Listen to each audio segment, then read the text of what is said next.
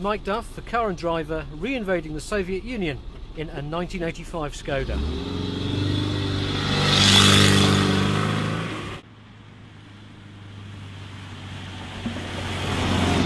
Okay, at the front of the car there isn't an engine, there's just space for our luggage, because like all the finest communist cars, the Škoda has its motor at the back. In this case it's the 105S, which means we've got a 1 litre 4-cylinder engine which knocks out a dizzying 45 brake horsepower. Okay, first impressions are about 3 or 4 miles down the road. The steering wheel has got a fairly large area of complete deadness around the straight ahead. Second gear appears not to be there, and there is absolutely no performance. I have never driven a car this slow.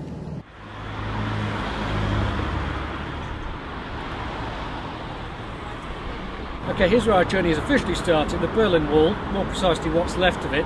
20 years ago this was the edge of the free world, and I would have been shot by an East German border guard for trying to stand here.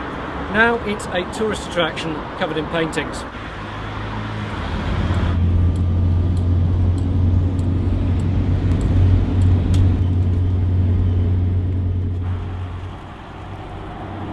So it's day 2 and the Škoda won't start at all. A couple of gentlemen from Lithuania are going to try and start it for us because they remember these things when they were new. So let's see how it goes. So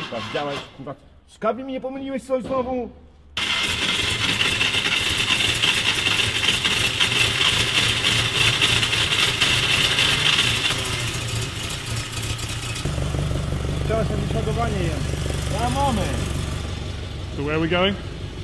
We're going all the way to Lithuania, I hope.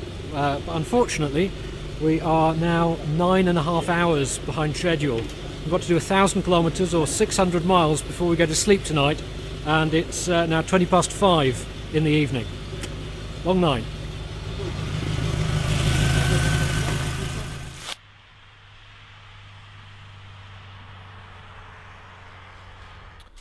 Okay, so after a mammoth night's driving and 3 hours sleep, we're now in northeastern Poland, about 5 miles from the border with Lithuania, which is where 20 years ago the Soviet Union started. Now for the ultimate challenge, we're going to put our Škoda through a 0 to 60 test. Now when it was brand new, it took 19.8 seconds according to magazine road tests from 1985. I have a feeling that this one isn't in prime condition, so let's see how long it takes now.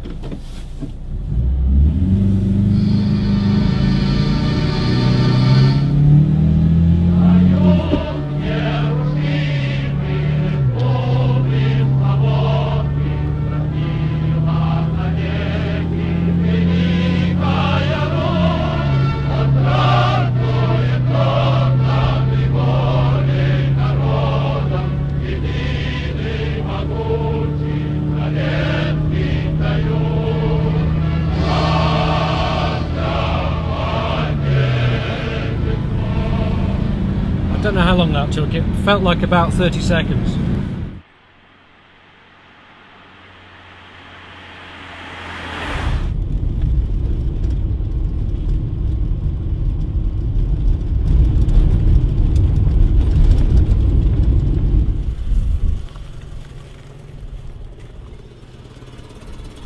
And we've made it. This is Journey's End, the former Soviet missile base at Plochtynia in Lithuania, erstwhile home of 4 long-range nuclear missiles targeted at Western Europe.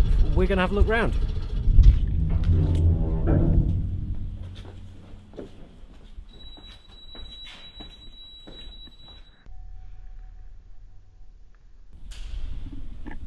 This is what we've come all this way to see. It's the missile silo itself.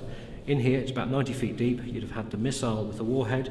Warhead would have been between 1 and 2 megatons, so between 1 million tons of TNT, 2 million tons of TNT, and it could be targeted pretty much anywhere in Europe.